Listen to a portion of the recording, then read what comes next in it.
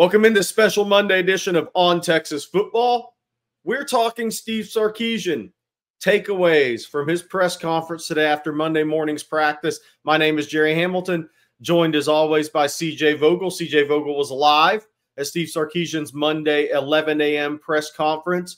Before we get CJ's takeaways, Texas fans, here's what Steve Sarkisian had to say this morning when he addressed the mic, just to get started a little bit, and then we'll get into CJ's takeaways and our thoughts on some things Sarkisian discussed this morning. Saturday scrimmage, I was pleased in the fact that I really felt like we made strides from one week to the next. And a lot of times that's hard to quantify because you're trying to look at all three phases of your team. You're looking at depth. You're not just always looking at frontline starters, but I just felt faster.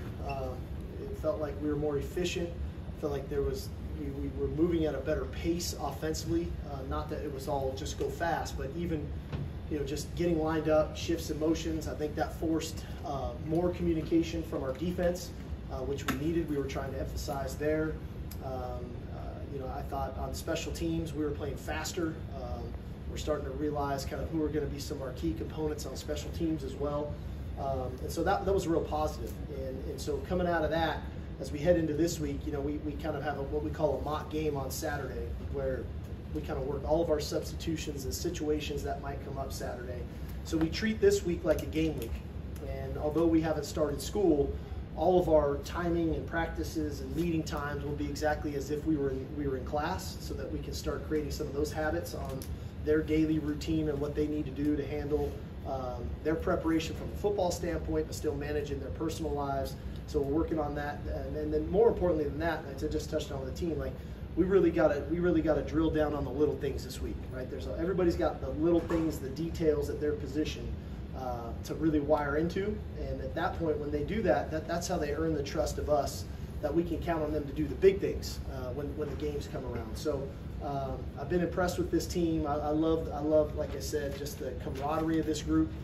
They're very connected. They work well together. They hold each other accountable, and that was no different Saturday. And so the one thing I'll touch on too, I thought the offense took care of the ball much better Saturday. Coming out of that first scrimmage, the ball was loose. I think we had about 5 turnovers. This past Saturday, we had 1. And it was another great red zone turnover that the defense now 2 weeks in a row has been able to create. So that's good for them too. So again, I'm trying to look at it from a 10,000-foot view and not through a straw, just as what does the offense do, but as a team. And I've been impressed with where we're at. All right, CJ, what were your big takeaways from what Coach Sark had to say this morning? Yeah, on top of all the depth that we've heard about consistently from the spring into the summer and now the fall, Gerry, they're finally focusing on what's to come outside of playing one of another, right? All this spring, 2 scrimmages in a row Saturday, this past Saturday and the Saturday beforehand, Texas had been playing one another, had been going to the ground, tackling one another. Now they're starting to focus a little bit more against Colorado State, Michigan, and what's to come this season, right? That's really exciting, right? I'm standing in front of DKR. You can see it in the background, Gerry, but just driving around, you see, Austin city limits. There's Longhorn city limits, excuse me. They're putting up risers and bleachers. They're preparing for week 1. There's all sorts of construction being done as well. The scoreboard finally looking like it's going to be complete here soon in the next week or 2 as well. But Sarkisian said, yeah, this next upcoming week for Texas will be all about the mock game coming up on Saturday at 2:30. Everything, every practice, every meeting will be set up as if it is a school week. And school hasn't yet started, but these players will be preparing and, kind of going about their week as if they will have classes, going to training, going to practice, and then, of course, the mock game. In the past, Gerry, the team has spent the night at the hotel before busing over for DKR for that mock game. It'll be held at 2:30 this afternoon, or Saturday afternoon, just like Colorado State will be. Yeah. And that's been a point of emphasis to get these guys conditioned as well. This last week before really going into the final drive, Gerry, they're ready for it. This is, by the way, this is why CJ or myself or Bobby, we do shows from DKR around the university. We just saw a guy in a scooter go right behind CJ. Luckily, he wasn't 6'6", 350, one of the large humans. So we hopefully won't have to stop the video if any players start scootering by. All right, CJ, one thing that Sark hit on today that was key was Jake Majors. You knew he'd be asked or mentioned Jake Majors. Jake Majors was held out of Saturday's scrimmage. He had a boot on his left foot. It didn't mean anything major, but he did have a bit of a high ankle sprain. But what did Coach Sark have to say about Jake Majors today? Yeah, Sark actually kind of joked about it, Gerry. He said, I got the sense that it wasn't too serious. Sarkisian said, for a guy that's been around here for 15 years, and that's straight out of Sarkisian's mouth, this is probably a practice or a scrimmage in which we can go without him, right? Kind of he called it a business decision to hold Jake Majors out of the second scrimmage. Again, a guy with as much experience and time around campus in the system that he has. This is one in which if there was a game against another opponent this Saturday, Jake was probably going to be healthy enough to play.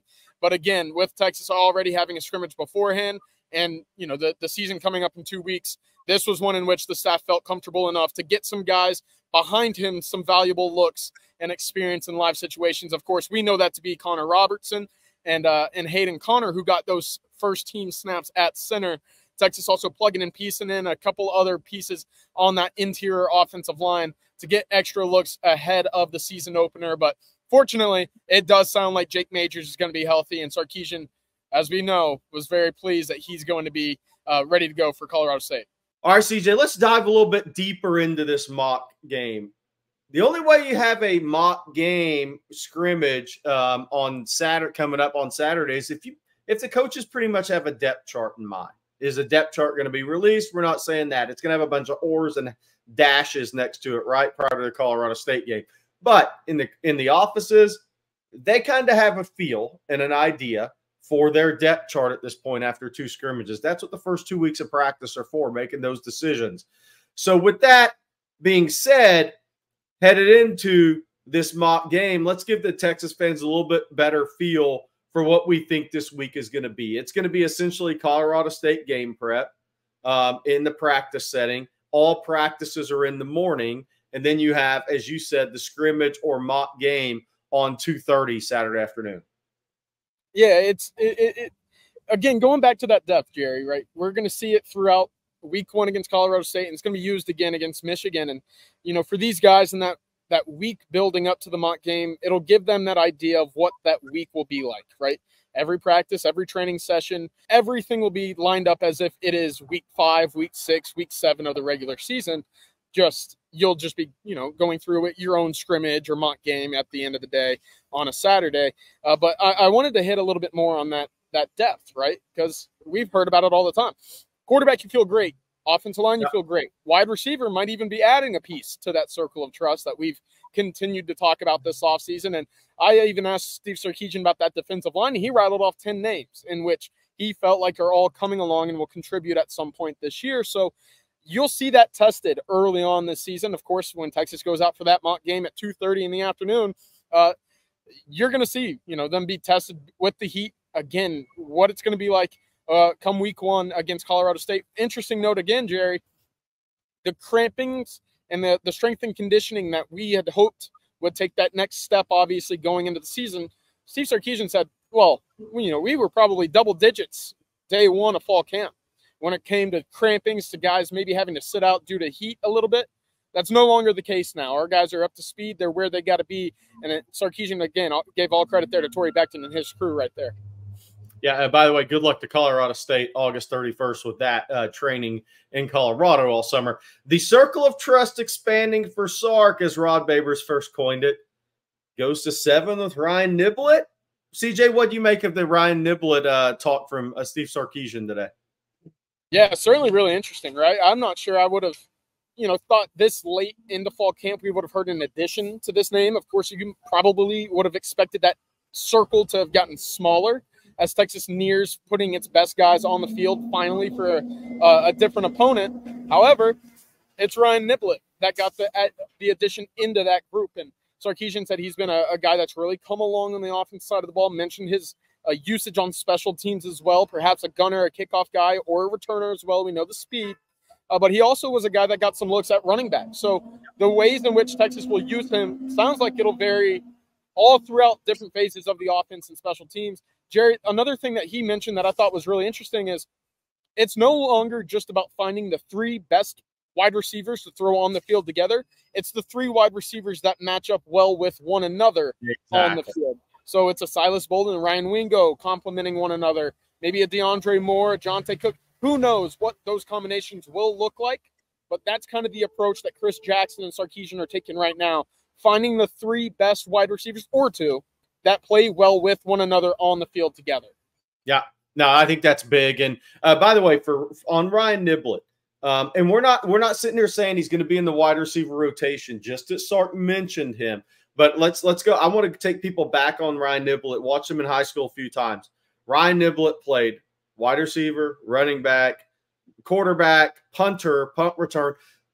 Him playing multiple roles is not new to him. This is what he did for an Eisenhower team to help them win games. So none of this would be new to Ryan Niblett. He's covered kicks at Eisenhower as a young player. So none of this will be new to Ryan Niblett. And again, 10-5 guys that put in the work tend to find their way onto the field in some capacity for Steve Sarkisian. Something to mention there. Point. All right, CJ. So you mentioned 10 defensive linemen. So I'm going to name the defensive linemen real quick, just so people have the names. Alfred Collins, Vernon Broughton, Tia Savea, Bill Norton, Jermaine Lole, who's been on a pitch count. We know that. Aaron Bryant is the 6th. Then you have Alex January, Dre Bledsoe, 8, Sadir Mitchell, 9, Melvin Hills, 10. Okay, that's the 10 players that could play interior of the defensive line. We think Melvin Hills will probably have a redshirt year, but depending on injuries, how things go. But who did Steve Sarkisian mention? Obviously, he mentioned Alfred Collins and Broughton. What did he have to say about them? And then who's maybe flashed a little bit here late in camp? Yeah, I thought Steve Sarkisian actually made a really interesting comparison with Vernon Broughton and Alfred Collins, right? In each of the last 3 years at Texas, they've had a duo of interior defensive linemen as seniors or super seniors, right? When you look at Moro Ojimo, Keandre Coburn in 2022, last year, Stephondre Sweat and Byron Murphy, who made that jump up as well. And now, according to Sarkisian, he sees that same kind of path and journey for Alfred Collins and Vernon Broughton in 2024 as those 2 previous duos that I mentioned just now. So those are the 2 headliners right now on the interior defensive line. He also said the style of play from Jermaine Lole, Bill Norton, and Tia Savea is starting to look more and more like what we want it to look like here at the University of Texas, and with Kenny Baker kind of being the mastermind of that group right now. So that's encouraging. Those 5 are all in that, kind of early first and second group rotation right now, but he's still seen flashes. And that was the word that he's used in the past with Alfred Collins. And now that he's using with this 3rd group of Aaron Bryant, Dre Bledsoe, and obviously Sadir Mitchell. So to find that consistency again with those 3 guys in that 3rd group, that's going to be the key to get them onto the field early and often. But you still see the flashes and that kind of physicality and talent that you see that was so coveted out of high school now start to warrant more consistency there. Again, this is the On Texas Football Special Monday show. Steve Sarkisian press conference takeaways. That's CJ Vogel. I'm Gerry Hamilton. All right, we've talked about Sark and the takeaways. Now let's kind of drift off a little bit and talk a couple of team things that didn't have to do with what Sark had to say. Cameron Williams has had a hell of a fall camp, apparently, and is being thought of as a guy that could be 1-year starter and go to the NFL if he stays healthy this season. If Texas had 2 first-round level tackles, what would that do for the team this year, CJ? That's the question for me. And people say, whoa, can Cameron Williams really do that? And Mary Smith started 8 games at Georgia, went in the first round. And I'm not saying Cam's going to go in the first round, but I'm saying there's a precedent for this with guys who are really talented that wait their turn and develop. But what would that mean for Texas if Cam Williams played at a level not a notch below a Kelvin Banks? Well, who do I need to put in words, Gerry? I mean, it would be huge, right? Please. That's where we're at. We're 12 days to go. It would be big for a number of reasons, right? Texas going into the SEC, we know about the physicality in the trenches. We know about the speed off the edge. If you're able to combat that with 2 day 1, day 2 caliber tackles, Well, now Quinn Ewers no longer feels the pressure and the heat of what's expected to be a world of pass rushers, much different than what he's faced over the past 2 years, as well as maybe some larger running lanes for some inexperienced running backs expected to take that larger role. That's very valuable, right? We've talked about what outside of Jaden Blue, who else is going to be those running backs that create big time plays? Well, if you have two guys on the book end of your offensive line that can create those running lanes for you, that does half the battle for you. But that's really encouraging to hear that Cam Williams is taking that leap, because we've covered him for forever, Gerry. We know the size, we know the physicality. To see him piece that together this close to the season, no less, sign me up. Yeah, no doubt. And look, at the guard spots on the interior, at the guard spots, I think Cam Williams has answered questions more than some of the guards have answered questions. I think there's going to be a legitimate rotation at guard. There could be legitimate battles during the season for majority of snaps, more snaps. So Cam Williams has taken this opportunity, dropped the weight in the offseason, and he's running with it. Now, that doesn't mean he's going to play perfect this year, because Wink Martindale at Michigan is going to challenge him and DJ Campbell and say, all right, what do you got? Here's our guys. Are y'all ready to pass pro in Ann Arbor? Cam Williams, your first road start. Is Texas going to have to help you, or are you going to be able to handle this on your own? And then what's DJ Campbell? How are y'all going to work in tandem? So there's some things there. I want to mention Trey Moore as well, because we heard Kelvin Banks talk about Trey Moore. We've talked about Trey Moore at length. I spoke with a source this morning that said Trey Moore, as what Kelvin Banks said about Trey Moore, a lot of other players are saying about Trey Moore continuously.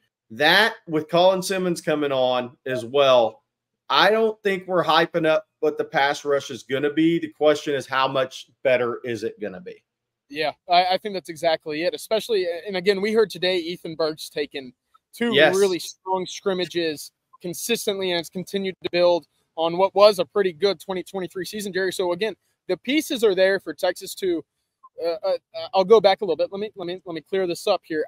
I talked about Texas defending the pass rush in the SEC. If Texas is able to enter the SEC with an elite pass rush, maybe something that maybe escaped them at times in the Big 12, at least consistently, that changes everything defensively for what they can do. Yes. And right now, again, what we've heard about Trey Moore, what we're continuing to hear about Colin Simmons, Ethan Burke, and Barron Sorrell, that's four really talented edge rushers, on top of having a guy like Justice Finkley enter his upperclassman seasons. Colton Vosick, who we talked about last week with Kelvin Banks, start to turn it around as well. So, again, that room really deep, a lot of high-end talent right now, which is really important. But it certainly should help aid kind of what that persona of the Texas defense will be, and that's pressure on the quarterback combined with tighter coverage in the back end. Exactly what you want entering the SEC. I'm going to leave everybody with one more note, and CJ and I'll discuss this. In speaking with somebody, again, a different person Monday morning, the name Gavin Holmes was brought up as being a guy that wasn't really on the NFL scouts' radar even last spring, but is for the scouts that have already come through, he's now on the radar. And we're not sitting here saying he's going to go first, second, third round. We're not saying that. What we are saying is there's a couple of NFL scouts that have come through that have said that might be your most improved player from last year to this year. Look, CJ, these guys have to go do it. So I don't want to we're not hyping things up here. We're just reporting what we hear. But if Gavin Holmes if he made a big jump, and he's definitely stronger, he's a more confident guy. He was leading from the front of the line this summer instead of trying to fit in with the team. If he made a big jump now, that changes the calculus for the Texas defense. If you say we can rush the passer better, a lot better than a year ago. But we knew Manny Muhammad was going to be good, but Gavin Holmes made a big jump to where he is a guy that can go play 50 snaps at corner and hold up well. That changes the calculus for Texas if that pans out. Yeah, definitely. And I had a conversation with somebody in the summer about Gavin Holmes, who basically said, listen, the mentality is there. He's got that dog mentality that you want at the cornerback spot. I'm going to go get it because it's mine, if you will. And so to have that mentality out at the outside cornerback spot, really impressive. It's very important to have the mental side of things right. He's got the athleticism. What's going to be very interesting for me in 2024 is how handsy does he get? Because that was an issue at Wake Forest. It kind of got him a little bit early in 2023 a year ago. He did improve. That's not yet been an issue I've heard of a whole lot this offseason.